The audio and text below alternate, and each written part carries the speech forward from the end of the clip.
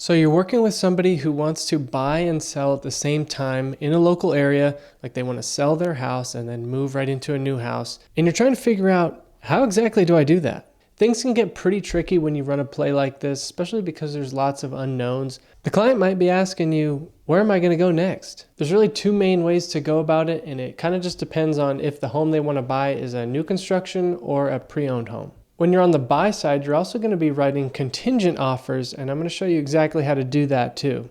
Buying and selling at the same time can be pretty scary if you haven't done it before, but I promise by the end of this video, you're going to be a pro with contingent offers, and you'll be able to confidently explain the entire process to somebody, really demystify it, and take a lot of the stress off your clients. Now, the first method is going to be if the client is selling their home and then buying another pre-owned home. The key is you want to do the harder thing first. So you kind of have to have your eye on the market and you really have to know what's going on. For example, a year ago, it was very hard to get a buyer under contract with a house that they wanted.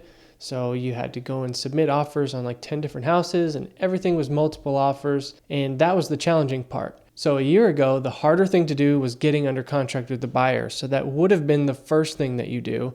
And then since it's easy to sell the house, you sell the house after.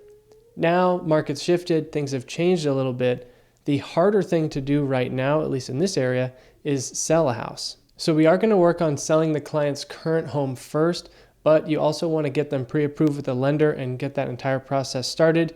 You want to make sure before we do any of this that they are actually able to purchase a new home with the lender, and just talk to the lender and let them know that there's going to be a contingency with getting that home sold. So once your client's pre-approved and they actually have the ability to buy that next house, then you want to prep everything on their current home, get it listed, and get it on the market. Something to keep in mind right now, this process for the seller, the most stressful part for them is that they are going to be putting their house on the market to be sold, and they don't have a new house locked down yet. So we don't exactly know where they're going to go yet, but they at least know the general area and they know that they want to move, they want to buy. You really have to assess their need level and make sure that they are actually ready to make that jump. So now's the time when we're waiting for an offer to come in, and this could take a month or so right now. In the past, I've had people suggest to do a reverse contingency, which is basically in the listing, you say something like, we are only accepting an offer if the sellers have 30, 45, 60 days to secure a new house, and we're only going to close contingent on their ability to buy a new house.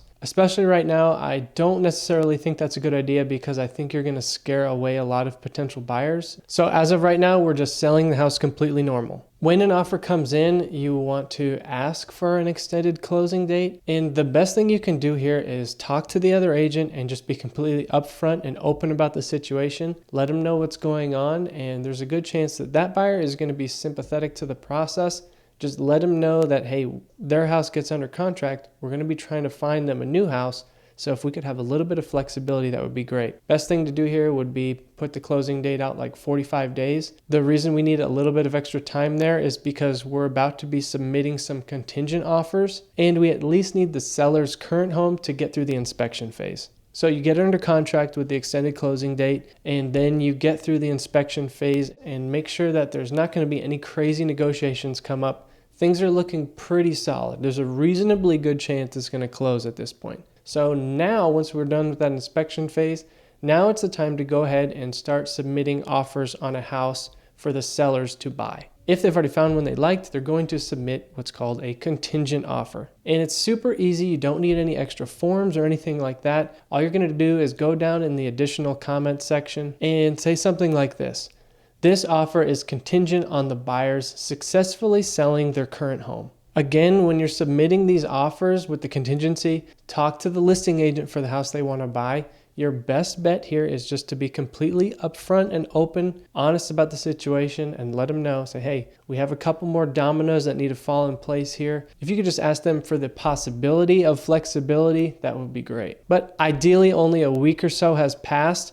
And so now when you go to submit that offer and you get under contract, what you want to do is put the closing date for the same day as the seller's house. We'll do a hypothetical scenario since this can get a little messy, and I'll take out the whiteboard. So you have your sellers that put their house up for sale and they go under contract on January 1st with a closing date of February 15th, about 45 days out. 15 days go by and you get finished up with all your inspections, and you're hopefully doing your house hunting in that time as well. Then around January 15th, you're submitting that contingent offer on the new house that your buyers want to move into. The closing date for that one is also going to be February 15th. Also, make sure when you're going to write that offer for the new house, you're using the same title company that is closing with your seller's house. That will make the process so much easier. Once you get both houses under contract, you're going to want to follow up aggressively on both contracts. You really want to make sure you're doing a little bit of everybody's job here and really making sure that everybody is ahead of schedule. You don't want anything falling behind, like a lender missing an appraisal, or you don't want to miss out somebody not having a survey or something like that. You really got to pay attention and make sure all your boxes are checked. Once you get through the appraisals on both homes, it might be a good idea to get in contact with the listing agent on the new home and ask them if it's okay if your buyers and sellers, bring over their household goods and at least get them stored in the garage or something like that. That way, on that closing day, they don't have so much stuff to move in the one day. Then as closing day gets closer, your sellers are packing up their house and they got a U-Haul truck ready to go. Best case scenario, on the morning of closing day, your sellers grab their last few things out of the house, throw them into the U-Haul truck, drive the U-Haul truck to the title company, sign the closing paperwork for both homes, get the keys to the new house, and then drive home. Show's over, everyone's happy, everyone wins. Now I'm going to talk about the other method, which is if your sellers want to get into a new construction home, and this process is significantly easier than if they want to go into a pre-owned home. The first step is still to get pre-approved with a lender. You want to make sure that they can actually get into that home that they want. Then you can actually go right into shopping. Look around at builders, go drive through some neighborhoods, check out some model homes. Now's the time where you can actually pick out where you want to move first. Once you get a thumbs up from the lender that your clients are ready to submit an offer and they've decided where they actually want to move to, it's time to write your contingent offer.